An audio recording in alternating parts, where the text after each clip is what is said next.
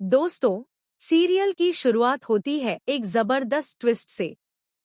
अन्नपूर्णा जी घर लौट आई हैं और आते ही उन्होंने सरू की सच्चाई सबके सामने खोल दी। उन्होंने साफ कह दिया, तू मेरी पोती नहीं है, इस घर से निकल जा। ये सुनकर सरू का दिल टूट जाता है।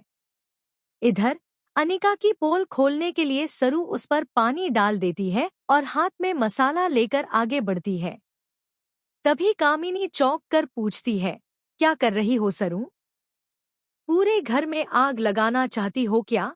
इस पर सरू जवाब देती है, आग तो लगेगी, लेकिन उस इंसान को जिसने मुझे टंकी में बंद करके मारने की कोशिश की थी। जैसे ही सरू अनिका की तरफ बढ़ती है, अनिका खुद ही अपना सच उगल देती है। रोते हुए मान लेती है कि हाँ, वही थी जिसने सरू को टंकी में बंद किया था।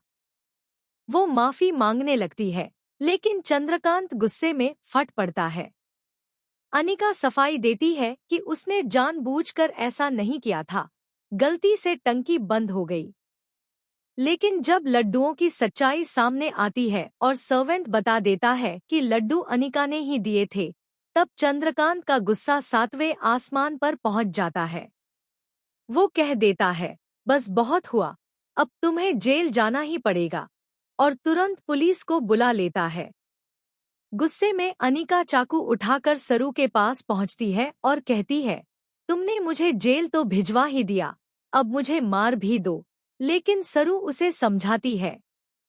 सरू चंद्रकांत से भी विनती करती है कि अनिका को माफ कर दो, क्योंकि अगर उसे जेल भेजा गया तो वो जिंदगी भर गलत राह पकड़ लेगी। मगर चंद्रकांत नहीं मानता और पुलिस को बुलाकर अनिका को पकड़वा देता है। तभी अन्नपूर्णा जी घर में प्रवेश करती हैं और पुलिस को रोक देती हैं। वे कहती हैं, अनिका कहीं नहीं जाएगी, असली दोषी तो सरू है, और सबके सामने सरू पर धोखा देने का आरोप लगाती हैं। उधर वेद तारा को साथ लेकर आया है और तारा अब खुलकर सामने आ चुकी है।